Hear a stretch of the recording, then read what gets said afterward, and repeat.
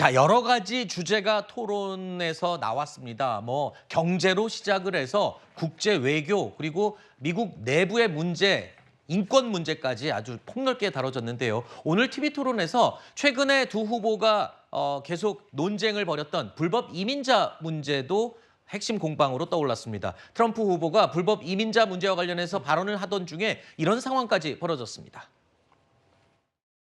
Because they're destroying the fabric of our country by what they've done. There's never been anything done like this at all. They've destroyed the fabric of our country.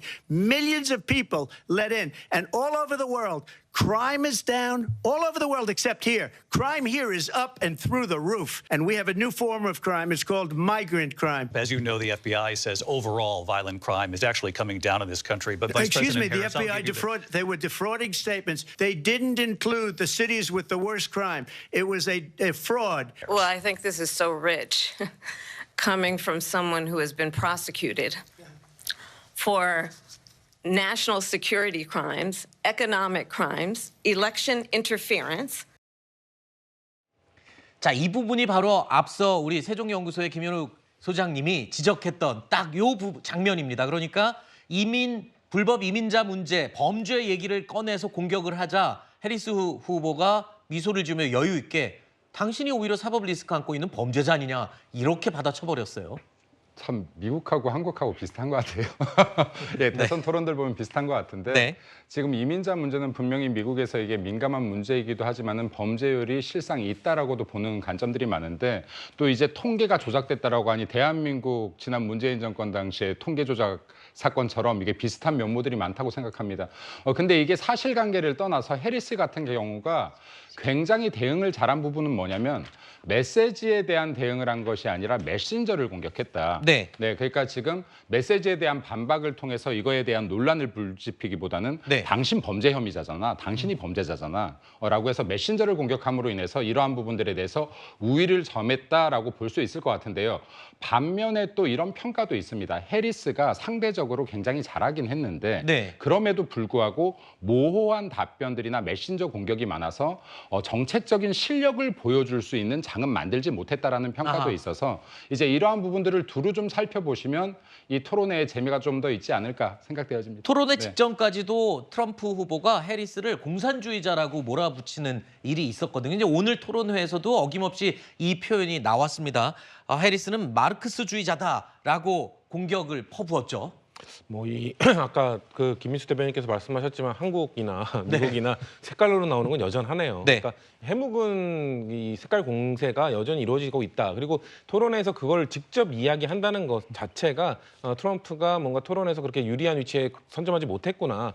색깔론을 꺼낸다는 것은 뭔가 본인이 궁세에 몰리고 있기 때문에 좀 본인의 그 보수 지지층을 결집시키기 위한 발언으로 볼 수 있는 것인데 그렇습니다. 지금 저는 아까 전에 그 사법 리스크에 대해서도 해리스가 잘 받아쳤을 때 트럼프의 표정이나 이런 걸 봤을 때 이런 색깔론 공격, 그런 표정 이런 것들이 약간 초조하게 보였거든요. 근데 미국 대선 토론에서 초조함을 보이는 순간 사실 상당히 그 안 좋은 영향을 미칩니다. 과거 2000년 그 토론에서 그 앞서고 있던 엘 고어가 토론 내내 한숨을 쉬었어요. 그래서 한숨 쉬는 엘 고어라는 게 밈으로 그때 그 당시 밈이라는 단어가 없었음에도 불구하고 온라인으로 확산이 되면서 뭔가 엘 고어는 토론에서 뭔가 답답해하고 한숨을 쉬는구나 이런 이미지를 줬는데 네. 저는 이번 그 색깔론 공격도 그렇고 아까 사법 리스크에 그 대응하는 뭔가 트럼프의 표정도 그렇고 그런 것들이 아마 미국에서 온라인상에서 트럼프가 이번 토론에서 별로 그렇게 당당하지 못했다, 좀 당황했다라는 그런 그 상징적인 장면으로 좀 퍼지지 않을까. 그러면서 좀 안 좋게 지지율에 영향을 주지 않을까라는 생각을 해봅니다. 네, 이번 토론회가 어쩌면 이 대선 50여일 전까지는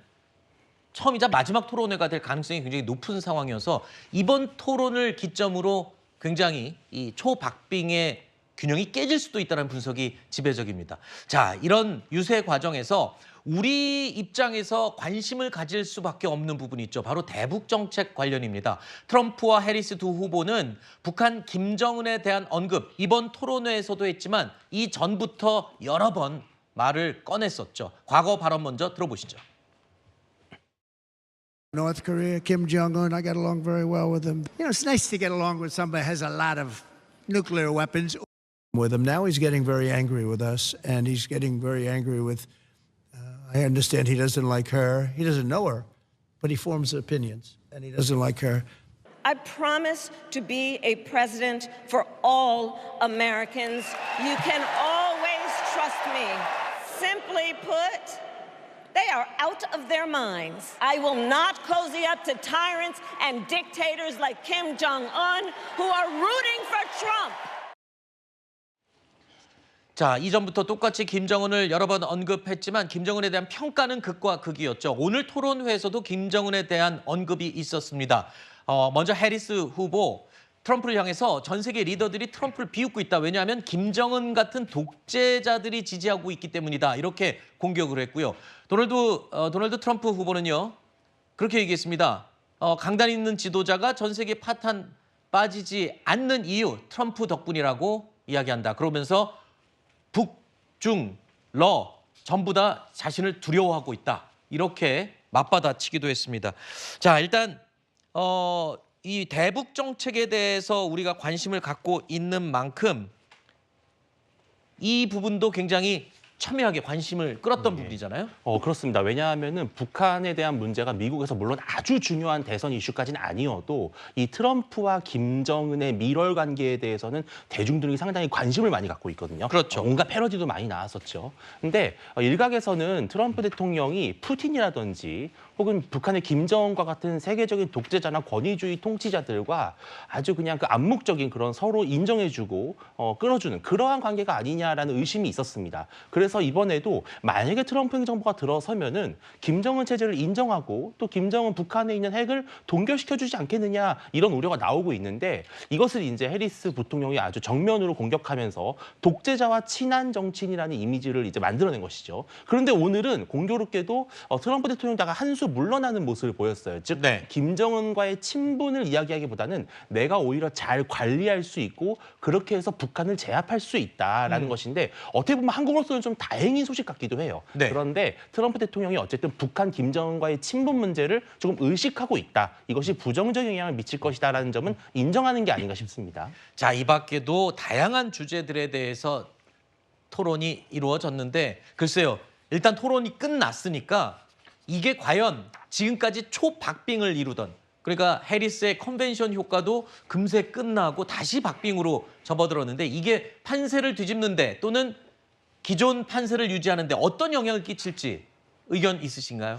저는 이번 토론 결과가 해리스 후보한테는 유의미한 결과를 보여주지 않을까라는 생각이 어허. 드는 게 지금까지 해리스 후보의 그런 토론 능력에 대해서는 많은 것이 깜깜이에 갇혀 있었죠. 네. 이번 사실상 처음이자 마지막 대선 토론을 통해서 해리스 후보가 어떤 후보인지 전 미국인을 대상으로 보여줬다고 보여지고 그 과정에서 굉장히 트럼프 후보를 압도하는 모습까지도 보여준 부분이 있기 때문에 아마 많은 국민들이 해리스 후보에 대해서 다시 한번 생각해 볼 수 있고 지지 의사를 밝힐 수도 있지 않을까 싶습니다.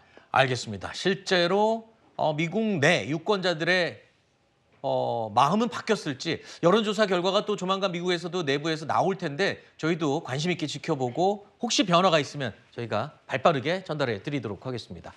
오늘 조금 전에 오전에 끝난 미 대선 후보들의 TV 토론회 이야기 첫 번째 주제로 이야기 나눠봤습니다.